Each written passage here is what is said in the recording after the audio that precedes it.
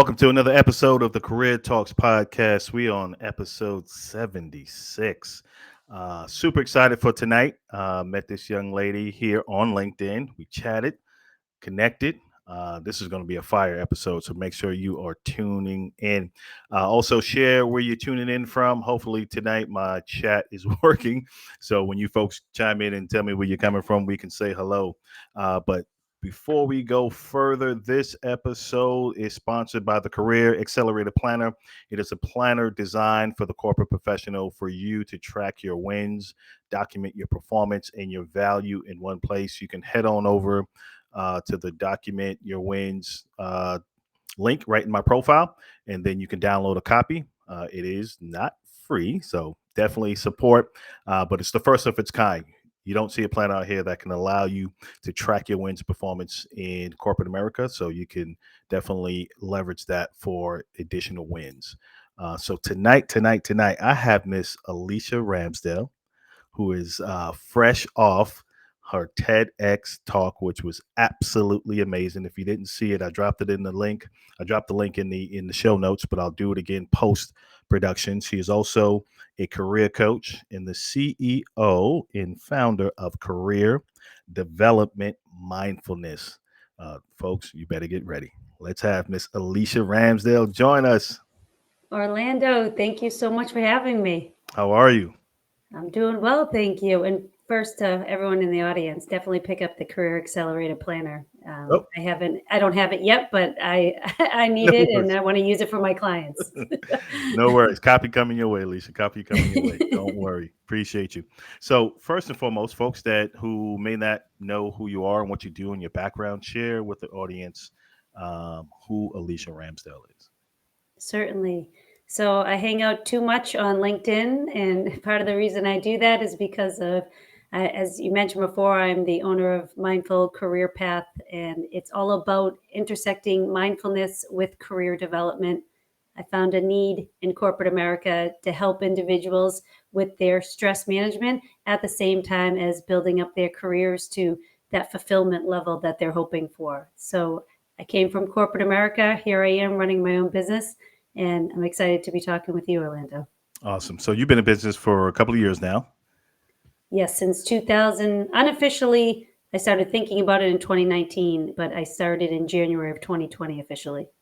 Doesn't that always happen, right? We're in business longer in our head than we finally come to fruition and put it out there. But great, that's definitely awesome. So the topic that we're going to discuss tonight, which I think is phenomenal, it's a different perspective, which I love, and I pulled it from watching your TED Talk. So I want to plug that as much as possible, folks. Go to her profile. You'll see the link. You'll see it in the show notes, both on Apple and YouTube and all that stuff. I'm going to promote as much as possible. It is a phenomenal story. She did an amazing job. So congrats to you, Alicia, on that. Thank you. The four quadrant to career or basic career fulfillment. You have a unique perspective on that. So start breaking that down. Where did that come from first? Let me stop there. Where did that the whole thought process around building that quadrant come from? So I was in corporate America for over 15 years. And it really wasn't until I had children of my own that I started to really think about what am I doing and why am I doing this in my career. So I started a career in default through accounting and tax background from my education standpoint. And I continued on that path because of job security, because I was working with a lot of amazing people, and 11 of those 15 plus years were at one particular company that I really enjoyed working at. But when I had kids and I started to talk to my kids about, things that parents always say, hey, you can grow up and be whatever you want to be. When they turned that question around on me, when we were, reading books in their bed, they said, so tell me about what you do for work. And I didn't care to share about accounting and tax, and not just because it's not the most exciting topic for kids, but I actually didn't enjoy the functionalities of my role. So through, I guess, a child's lens, through their perspective, I said to myself, what do I want out of my life? What do I want when I grow up? Or I should say that in quotes, when I Mhm. grow up. And after having those conversations with them, I start to say, when I come home and I'm excited to share about my day, whether that's to family, to friends, whomever, what is it that I'm talking about? And when I started to think through these items, it was all the time about working with college interns, as an example. Mm, When talking through their career development, asking them, why did they choose this company? What is it that they want after they graduate college? And I really was lighting up every time I heard somebody say, could I talk to you a little bit more about my career? Or would you mind making an introduction to so and so. I'm a little bit nervous to talk to this person. They're at an executive level, but I'd be honored if you would, set up that introduction. So I was really thriving in that space. And the 4 quadrant strategy just came to me in the sense that I was thinking, here's what I like, here's where I want to learn more of. And on the flip side, it's this is the stuff I don't care to pursue. hmm And that's the basis of the 4 quadrant strategy. And I know we'll go into more detail, but that's at least where it started. Love it. So, share with us before we jump into it your journey from corporate America to becoming a coach. Was that the same pivot for you at the same time, or there was something else that said, you know what, I'm gonna start coaching folks on this process here? Throughout my corporate America days, you know, training individuals on tax projects, I worked, like I said, with a lot of college interns. I worked with the team members that were of the younger generation. So let's say a couple of years out of college. And through that process, I was doing coaching just naturally. Mm, And while I was doing that, I was helping out a friend outside of my company who was starting to get a smaller business up and running, think more career development, but a digital course. They were doing that. So I started having a lot of conversations to help their business out with different organizations, like people within higher education in the career advising space, people within their own private practices.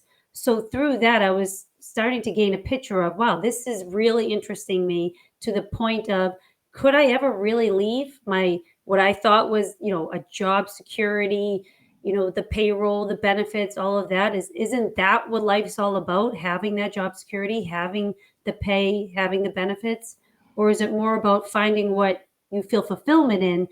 and everything else comes after that? So, So good. no, go ahead, go ahead, go ahead. No, I was just going to say the coaching piece came from just the experiences I was having within corporate America, then helping out a friend in his own business. And then there came a point as a mother, I chose to work part time. And I thought, well, maybe working part time will make what I'm doing, I guess, better, Hmm less stressful. And even working at a part time schedule, I still didn't feel the fulfillment I was looking for. I thought it would give me that, stress free living, and it didn't. So it was really at that point, that reflection, that I said, if I'm going to work because I want to work, I want to find the fulfillment and do the things I actually care about rather than working part time in something that I could care less about. That makes total sense. So, through your self journey is where you started to tap into the quickly, like, this is what I don't like, one part of the quadrant, trying to figure out what you do like, another part of the quadrant. So start break those down. You started to go into it. What are the full four? Let's bullet point the four and then let's break down each. Sure. So if you think you have a piece of paper in front of you and you draw a line down the center and a line across the middle, you have the 4 quadrants. So in the top left quadrant, I would ask clients to identify areas in their life, career or education, it doesn't matter where you were at, but where you have been successful and you have thrived. So you're excited to wake up every day and do what you're doing and you're successful in it. Got it. And in the bottom left quadrant, you're identifying areas in your life where you haven't yet been successful. Maybe you haven't had the opportunity, but you aspire to learn more about it and you desire to potentially go into that field. Okay. So when you think about that, everything on the left side is where you're successful, where you've thrived, or where you want to learn more. And that's really where, at least from my perspective, drives your career to push forward into that fulfillment zone. Got it. So now you're switching over to the right side. And if you think top right, where are you successful? And but at the same time, you don't care to pursue more. Hmm. So for me, that was accounting and tax. And then on the bottom right, it's where do you have responsibilities? Maybe you wouldn't even consider yourself the expert in it, and you don't care to pursue it. And I'll just Oh, give you a personal example. In my work, I had to use a lot of advanced Excel formulas and these massive spreadsheets. pivot tables, VLOOKUPs, all that stuff, right? Exactly. And I certainly wasn't the expert in the group. I Hmm. had to do it, but if I could make a choice, I would choose not to use that anymore or choose to delegate that going forward. Got it. So when it comes to as you're starting to dive deeper with your clients on this, and hopefully folks that'll watch it or watch the replay, they actually, because I wrote it down, you take this and take action from it, is start with the success but thrive. So you love it, you're good at it, all the above. It's like this is your zone of genius quadrant. Absolutely. And when you think if you are in the corporate world, typically what you'll have is performance evaluations, whether that's Mhm. annual or semi-annual, and potentially even however often, let's call it weekly or monthly meetings with your manager. And they say, okay, so what are your priorities? What's on your to-do list? What do you want to see more of? You can communicate this effectively to your manager. I'm doing this project and I just want you to know I'm really thriving in the role as the communicator, right? The person Mhm. that gets, let's say you're in sales, the person that gets to present the pitch to the client. That's where I'm really thriving. And then if you're on the flip side, I don't really thrive in, and I know I have to do it. I don't really thrive in whatever it is, the background work of the Mhm. presentation, putting the presentation together. And maybe you have somebody on your team that needs more work, or maybe you have interns coming in for the summer or the fall or whenever it is, speaking up and saying, could we have Joe do that moving forward? Would you be comfortable with that? And I will do the review work and so forth. So that now you're starting to be able to communicate what you want to delegate and communicate where you think you're thriving. And one, see if you're on the same page as your leadership, but two, also see what other opportunities are out there for you within your organization. You know what? I think as you were talking, it'll be really cool. I'm sure some organizations do this, which would be a huge benefit to identify those pockets within a team. If you have a team, if you're blessed enough to have a team to where you can say, okay, Alicia doesn't like this, but Orlando, you like this. So you start taking this portion. And Orlando, you're not good at, presenting, but Alicia is. Okay, let's switch those roles up. Almost redefining your job description right on the spot in the meeting to say, okay, as long as we function as a department and as a team and get the work done, let's start to, disperse certain functions where we're weak and strong and kind of recreate that wheel within that department. It's incredible you say this. When I left corporate America, I had this vision that people would be hired into a team. So let's call it a team of 10.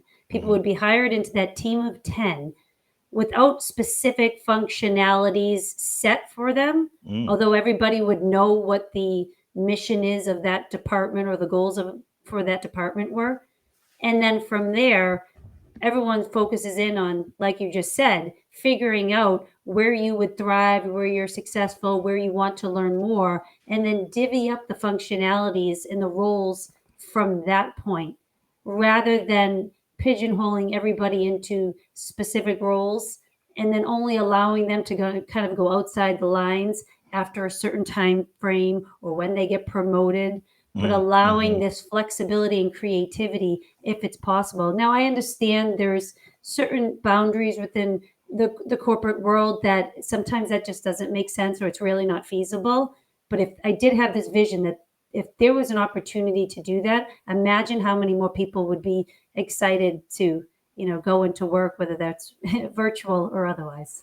I know it's really kind of thought provoking to think once the manager assumes the a team or whatever, and they can just say, hey, let's brainstorm our skill sets.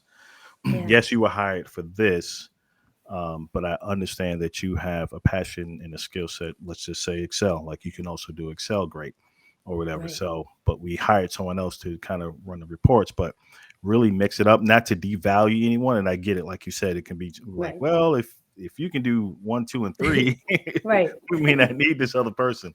So it's tough at that point. You don't want to start eliminating yourself out of a role, but especially with what's going on now.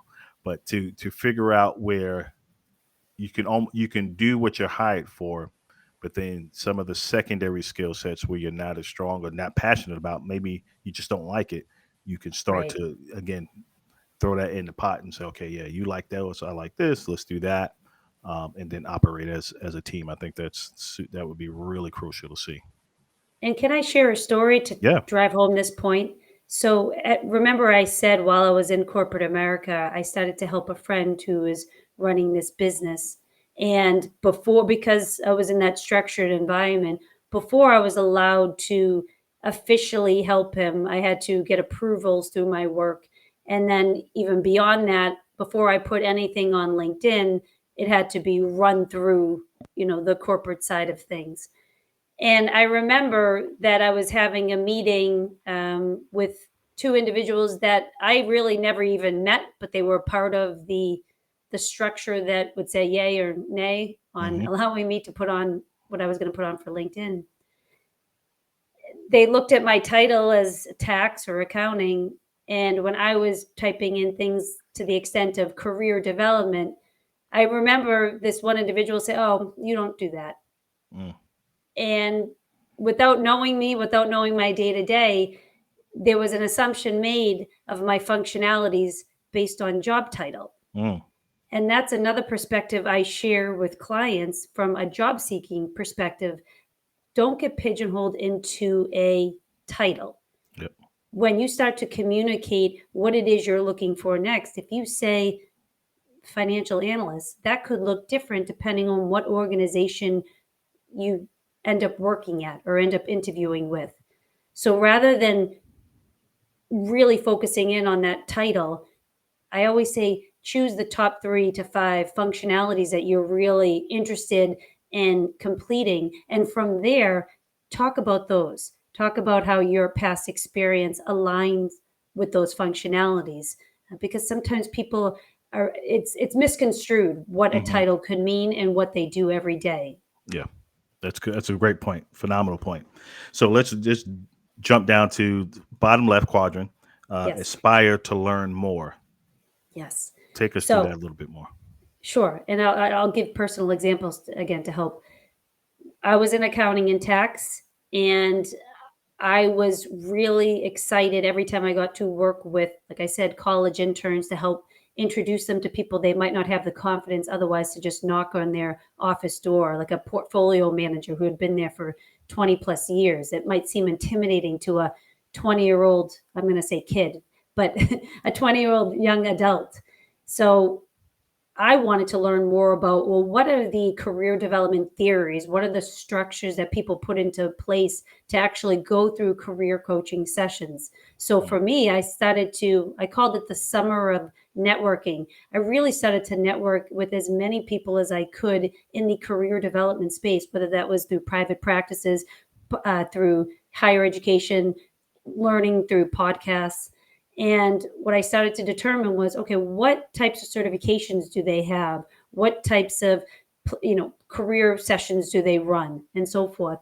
And I really was excited to learn more about it. And once I figured out, this is the certification program I want to go in based on what I've learned, I dove in head first. And everything that I learned in that certification course around career development, I was excited from day one. And mm, sometimes you go to school or a classroom setting and you're not as excited. mm. But every second I was there, I was loving every minute of it. So I knew it was the right spot for me. But that can be the same story for anybody. What is it that you come home and talk about that you heard on a podcast or you learned from a colleague or whatever it is, and they say, that interests me. I'd like to Mm. learn more, and then actually go ahead and take action on it. And that's the biggest part, is the taking the action. I wish they had well, not that it's needed, but podcast certification. That'd be cool. I'll take that for sure. So Yeah. maybe we'll create one. Now about Yeah. that. you, So we you don't need the certification class. You're, thank you're you. good, Orlando. So with that, the aspire to learn more, I think, and again, going back to taking this into the corporate walls is Yeah. so crucial. One of the things when I worked, it was like I was doing a second job. And hopefully this makes sense. It was with, the company is Hilton Reservations. What they did, or what they had at the time internally, was a kind of a chat room for all the employees who did, online reservations, to where you can showcase side businesses, hustles, things that you did. So they allowed you and encouraged you to communicate in that channel. Wow. If you were looking to sell anything, it didn't matter. They didn't care. It was like, hey, share, we know you have more talents than what you're doing with us. Share it Yeah. in that chat group. So I say that to say, I think again, it's a great tool for employers to start to tap into their current population of talent and Yeah. extract additional, um, you know, things that these folks can do. Like, put it out there. Okay, what can you do? Other projects that you can possibly, support, versus, like you said earlier, perfect, be pigeonholed into my title with the assumption that I can't do more outside of this, or I don't That's have the skill set because I'm a tax person, or I'm a finance person, or I'm an HR person. No, yeah, I think we're yeah. we're limiting so much within an organization without just saying, "Hey, tell us what you love to do, even in your current functions. What are some of the things you don't like? Let's just be honest, because I don't know Right. anyone who likes that bullet list of 15 items and be like, yeah, I love it all. If I can do it all. No, you Yeah. can't. Not even the CEO. No, you can't. So We'll this, talk about empowering your employees. I know. Kudos to that culture. And I do feel as though, since, I would say, post pandemic, if we're even beyond it, but post pandemic, I do feel as though more companies are exploring this style of work, right? Giving the employees their voice back, Hmm. and a little bit of control over their career. So that does encourage me. And I think in the last show you had with Tiffany, where you're co-hosting now, I Hmm. believe you said your own current company, you know, supports what you're doing with this show, and it really encourages it. So I mean, that all of these stories I'm starting to hear more and more, and again, that encourages me, and then I get to share these encouraging stories with clients that are trying to figure out, as an example, do I stay or do I go? Hmm. Do I stay or do I go from a company? So Yep, that's it's good to crucial. hear. So success.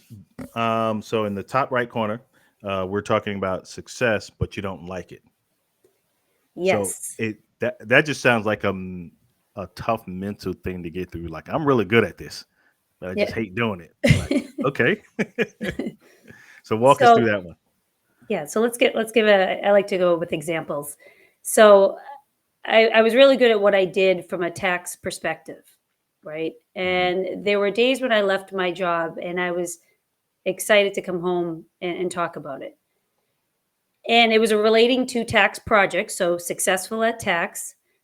But what I talked about was another functionality within my tax role. So it was, I really enjoyed, as an example, I remember giving a presentation to the rest of my department. We started doing Hmm. these lunch and learns, and I did this lunch and learn about the role that I had, and other people in my group had. So it was teaching them about everybody's functionalities. Mm. And I came home and I was really excited because I really enjoyed the public speaking component, and educating those around me about what I did.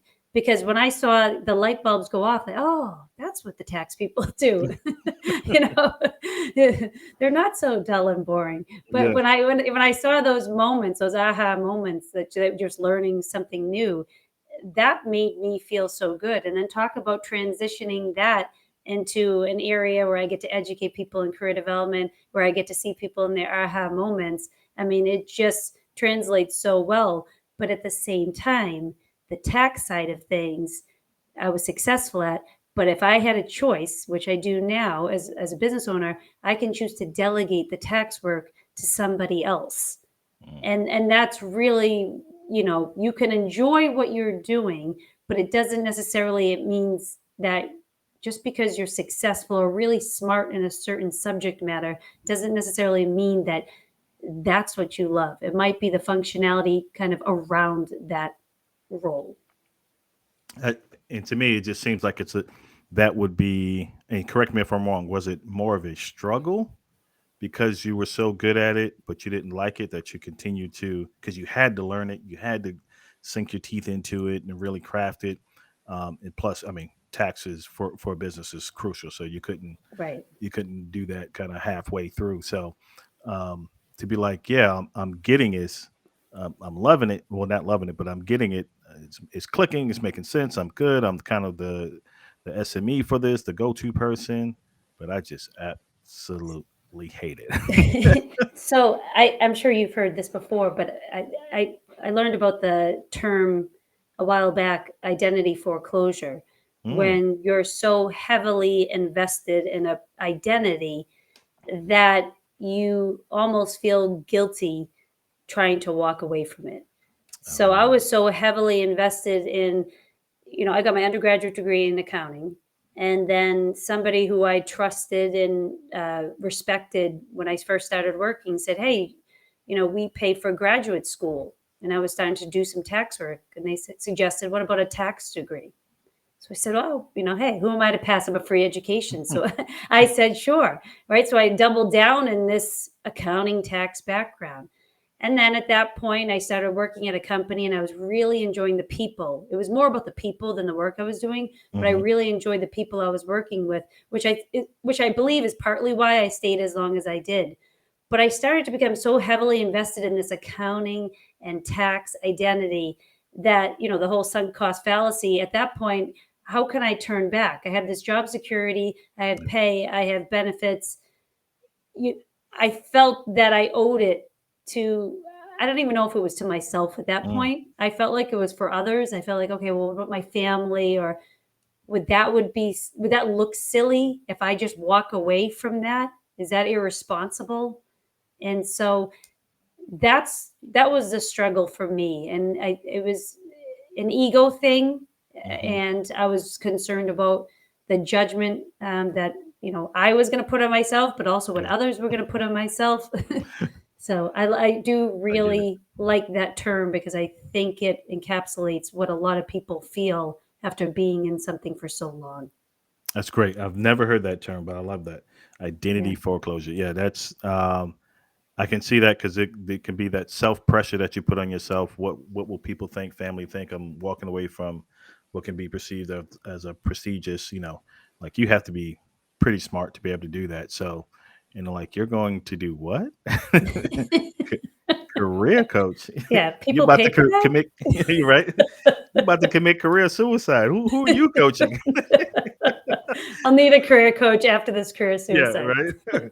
Somebody coach me out of this. So yeah, that's hilarious. So uh bottom right, last quadrant or last piece, Yeah. and correct me if I'm wrong. Kind of you're saying the expert skills, but still kind of don't like it, or is that Yeah, or you wouldn't even consider yourself an expert, right? okay? It's the day-to-day responsibilities that you probably wouldn't be the subject matter expert, but Hmm. you have to do it. Uh, So, you know, I keep going back to my own examples, but as an example, I used to have to call state tax jurisdictions about, tax related issues. And I always had a pit in my stomach. I never felt like I was good at it. I never felt like I was explaining the tax the way I wanted to. It made me really nervous to talk to um, state tax jurisdictions over the phone. hmm. And I just wanted to always delegate. And, that doesn't really translate into career development, but it made me really uncomfortable. And I knew that I had to get that off of my plate when I could. So as I progressed throughout my career, Hmm. I did like to delegate that when I could. So it's not just about, starting a whole new career, but it's if you're in a role that you like, the company you like, and Yeah. there's certain aspects, it's about, is there an option to delegate if you can? Got it. Okay, that makes sense. That makes complete sense. So throughout your career, you're going through this tax professional, got the graduate degree, free, you're rocking and rolling.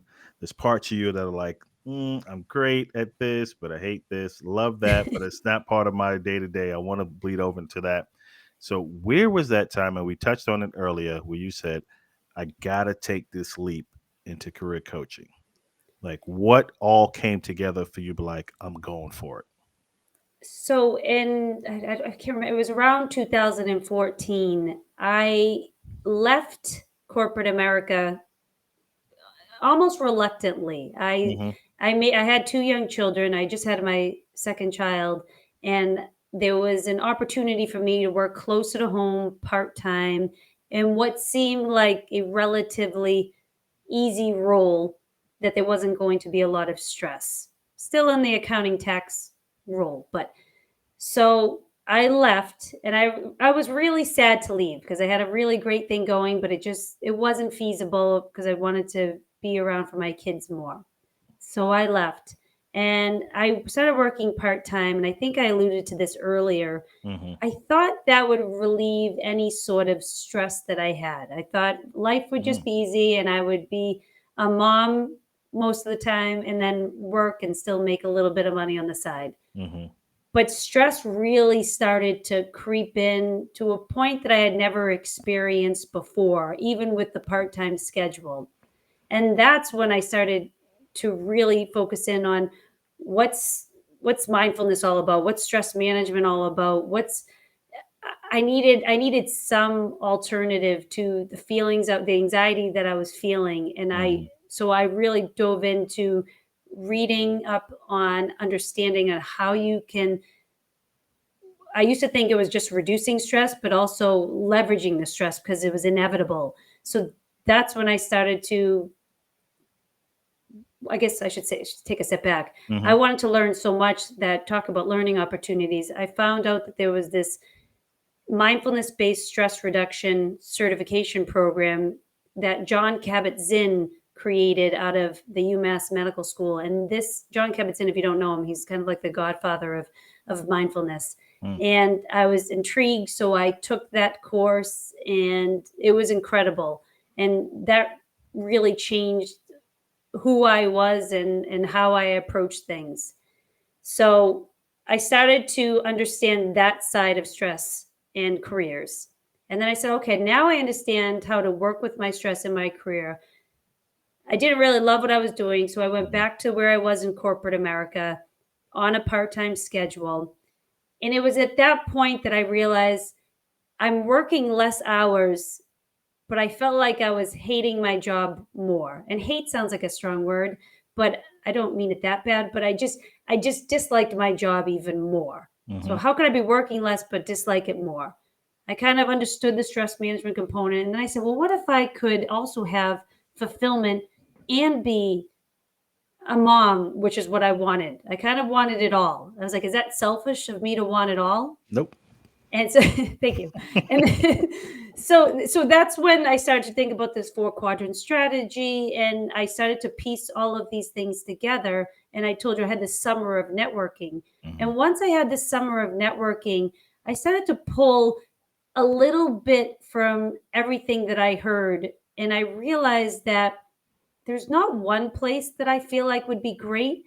So why not I make my own place for career fulfillment?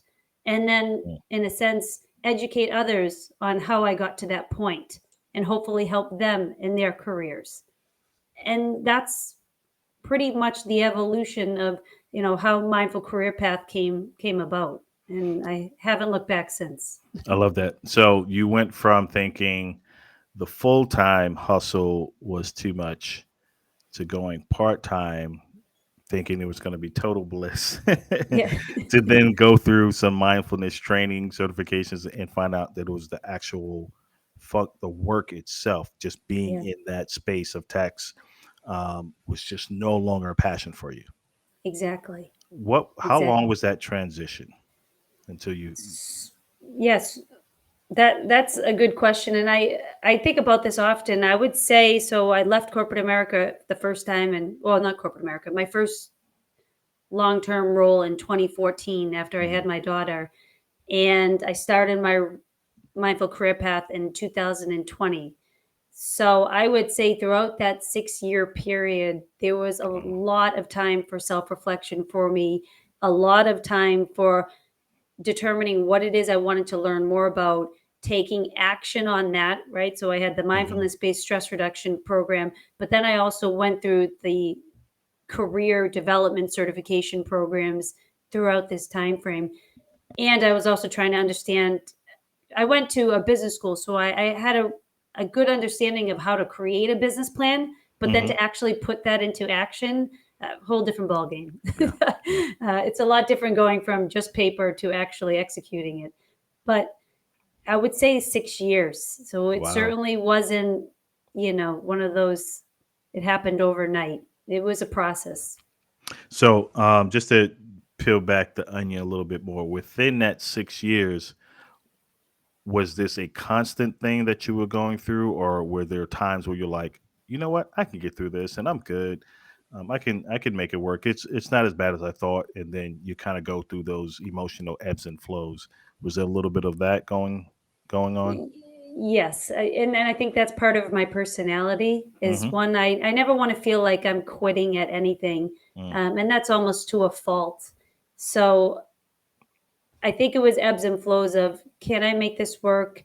Is this selfish of me to want to pursue something that's not so secure? Which again, and coming from a tax accounting background, that's feels like the most secure job that you could yeah, ever have. yeah, yeah. Because even during layoffs, I still feel like people are hiring Oh yeah, tax professionals and accountants. right. Absolutely, But yeah. certainly Count. ebbs and flows. Yeah. Absolutely. They need the business still need their money corrected in tax savings. So yeah, absolutely. Yeah. Pretty much recession proof there, Yeah. for sure. So with that journey, right? Because in not necessarily harping on it, but that's the wrong word, but emphasizing the 6 years. Because I want people who are listening and may watch the replay or hear it through audio, is that they may be in that process and don't know it. Was Right. there self awareness that clicked for you that said, "Man, I'm in this funk. Um, 3 years, 3.5 years went by. I need to kick it into overdrive to where you start seeing the light to the journey to say, I got to get out of this." What was that time frame like? Where you seeing you're like, okay, I'm in this funk and I can't get out, or I need to get See, out. yes, self-awareness for sure, but I also think I have to credit the support, the community that I had around me, Hmm. right? So the people that saw me and saw that I was unhappy in my career and open to having conversations with me about, what's going on with your career, what is it that you don't like. So having those conversations with different people in my community and my family was really helpful. I, Again, part of my personality is doing things that I feel like I've thoroughly researched and really put some time into it. So could I have done this earlier than 6 years? Absolutely. But personally, I wouldn't have felt comfortable doing it that way Hmm. because I wouldn't have felt that I was ready. But the I think between the self-awareness, having a community around me that was supportive and was open to asking questions, and they could see that I was stressed and working through that too. But then also, I'm pretty bold. A lot of people fear networking, or they'll call Hmm. themselves introverts.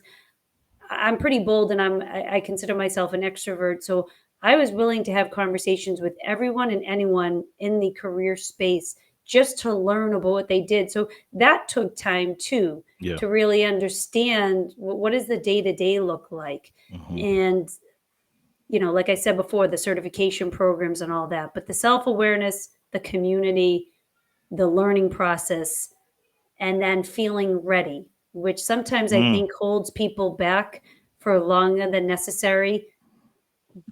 But at the end of the day, if you're running your own business and it's just you, I would recommend you do feel comfortable because it is obviously a big undertaking.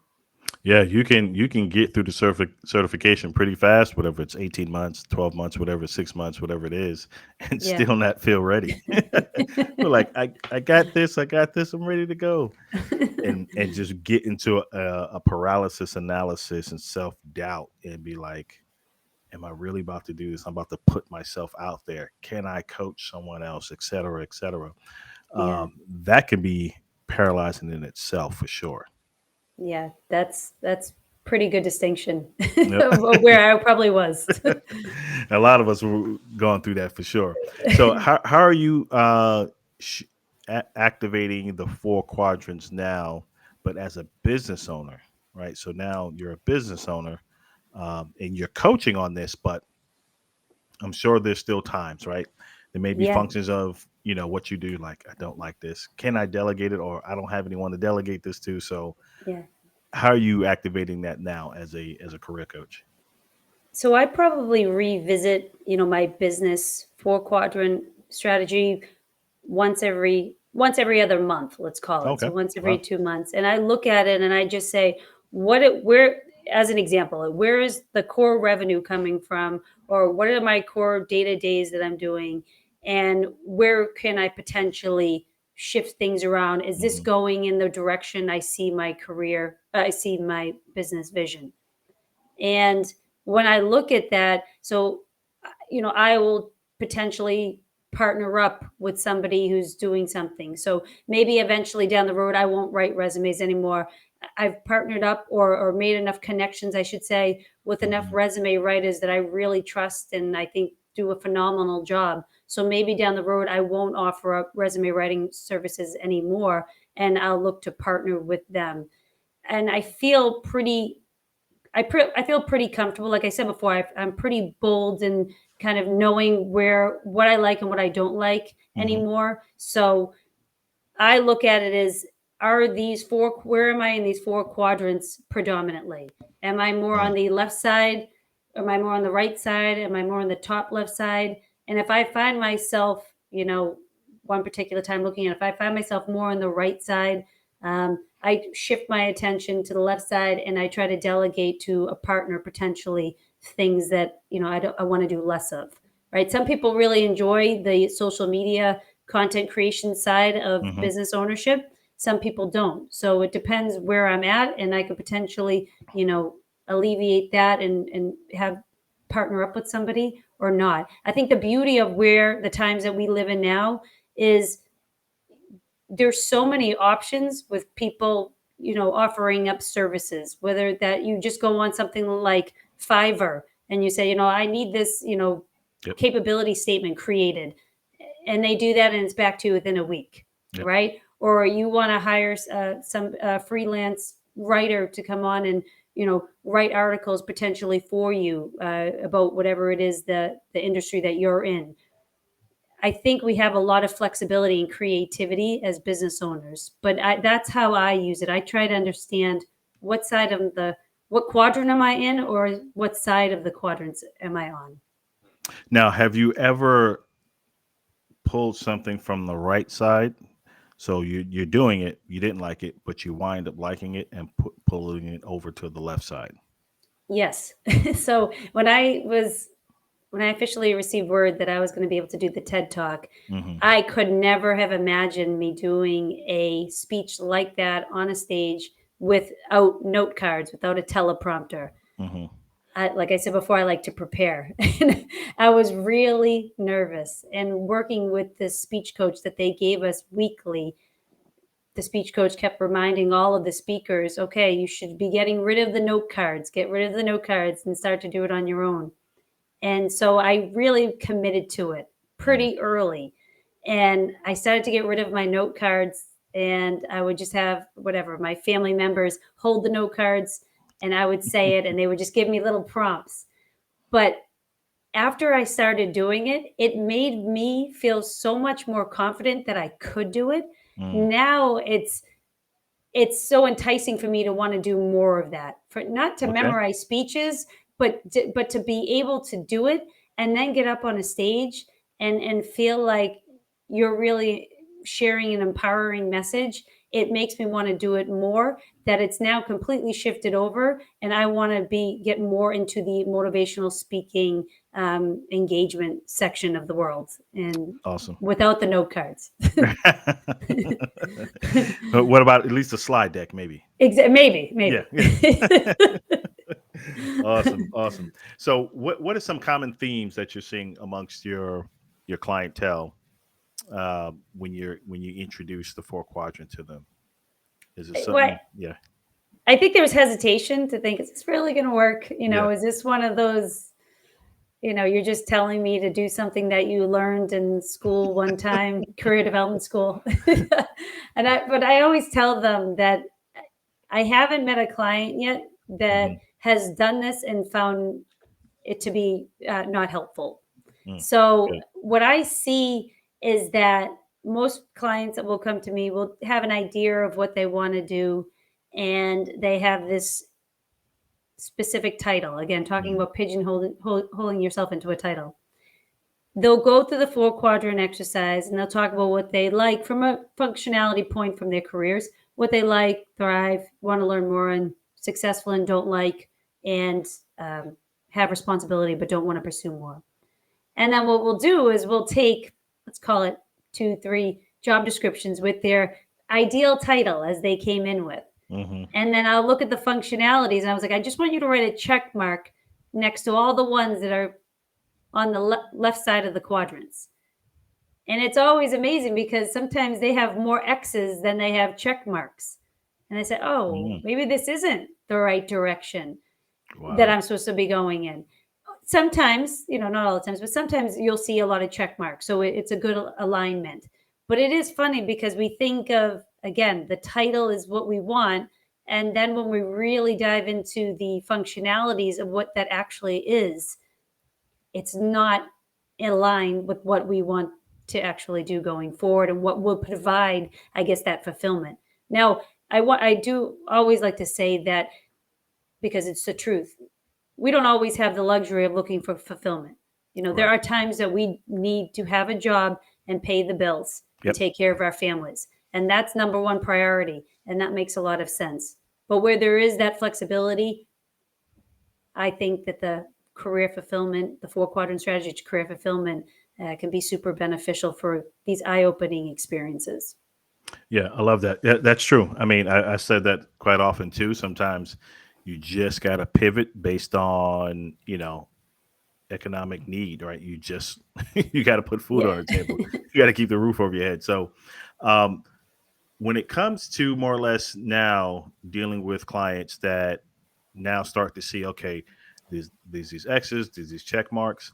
Are you still seeing them kind of hesitant, or are they you seeing the light bulb go off and saying, all right, this is really what I love to do. I'd rather move from this to that. I've only seen the excitement component to it Mm, because I feel like somewhere deep down inside they knew that it might not have been absolute, it might not have been the right perfect role, but they were just so used to saying it, right? I want right. to be this. And they were so used to saying it that they couldn't really articulate what it was that didn't make sense. But this four quadrant strategy allowed them to have the conversation, that core message around what it is they wanted next.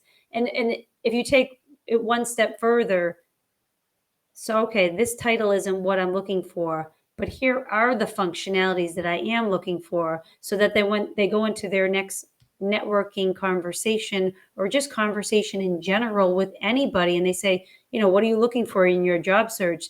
They're so much more clear in what it is they want Hmm. than before when they just said, I want, a financial analyst role or a marketing manager role.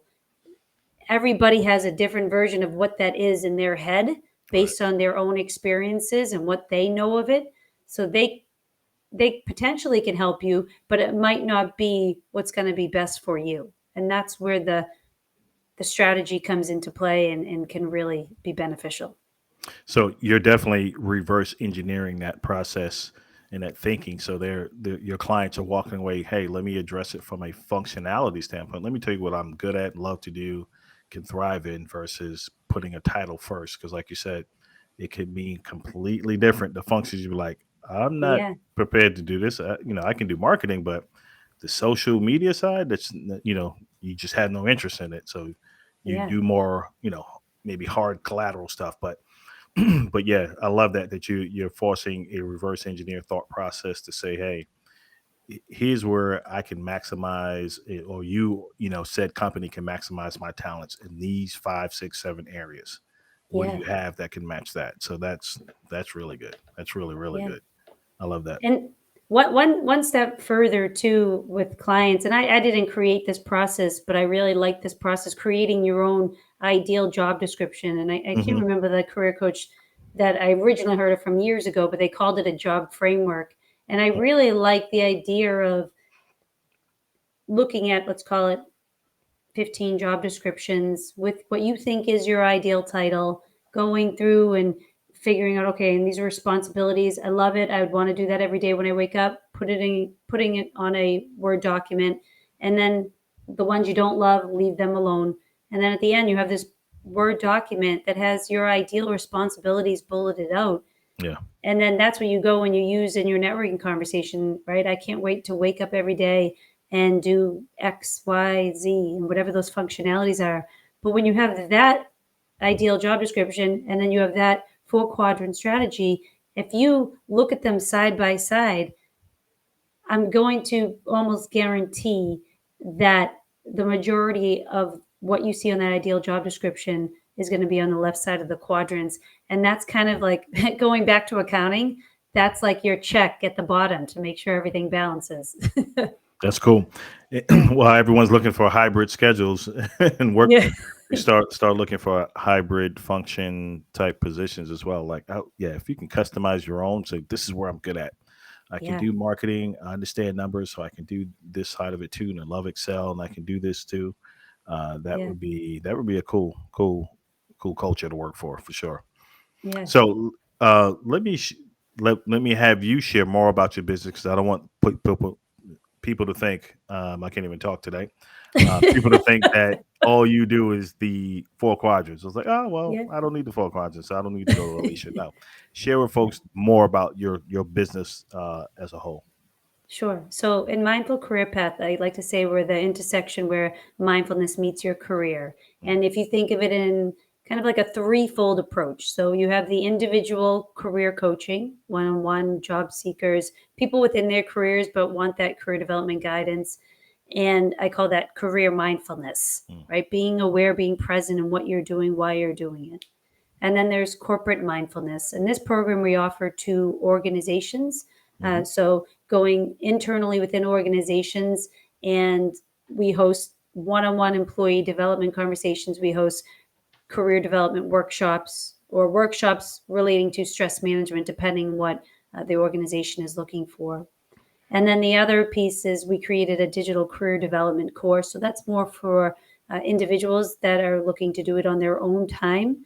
Don't necessarily, want to work with a coach, but they would like that knowledge background through that. And as I mentioned before, personally, I'm looking to get more into the motivational speaking engagements. So that's a shift that I'm looking for in my own career. So any folks that are watching, business owners, you'll want to hire Alicia Ramsdell to come in, either as a speaker or a coach.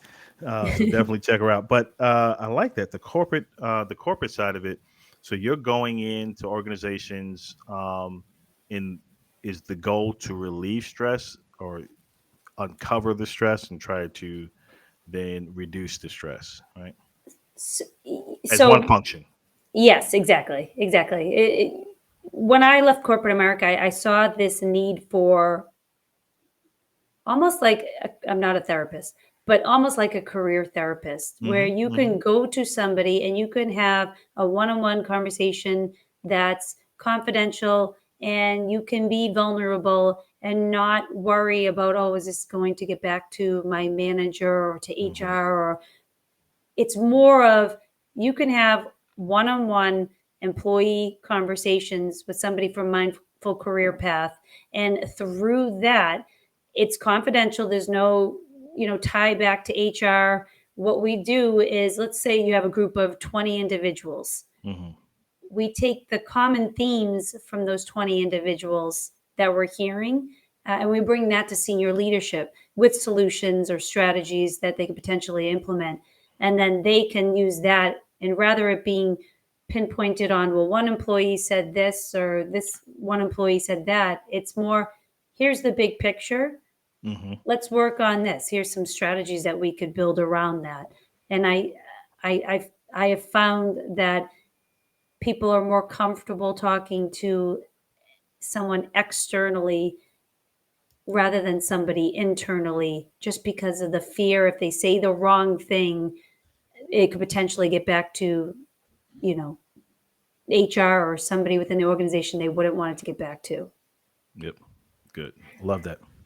So we are coming up close to the time. Like, we can just talk. This is good. So I have a few last questions. What's Sure. next for you and your business, Alicia? The motivational speaking engagement side, I'm really looking to do more of that. And I've done a lot of it, but the TED Talk uh, put me on the map in a sense that, I'm capable of doing it, and I thrive in doing it personally. So I'm really seeking more of those opportunities and hopefully positioning Mindful Career Path into that, I guess, sector. Love it. Love it. And then I would ask too, what gets you going every day? What gets you? What's your North Star that gets you going?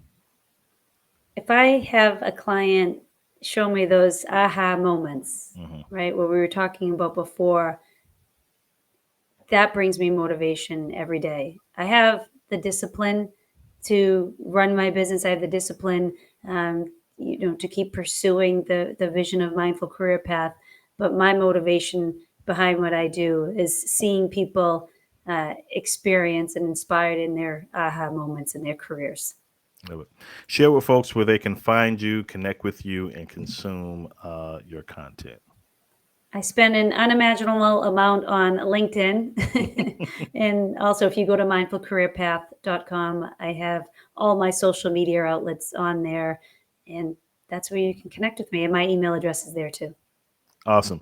Alicia, thank you so much for connecting, for sharing, and really sharing some additional nuggets. I think folks really need to take immediate, massive action on.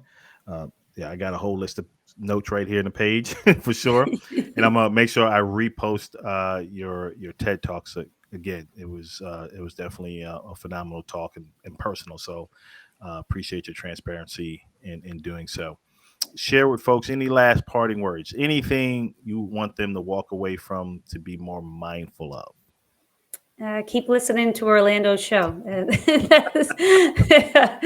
that's no, I mean, to be honest, I mean, the guests that you have on, and the topics that you discuss, that that's where I learn a lot as a business owner, in this space.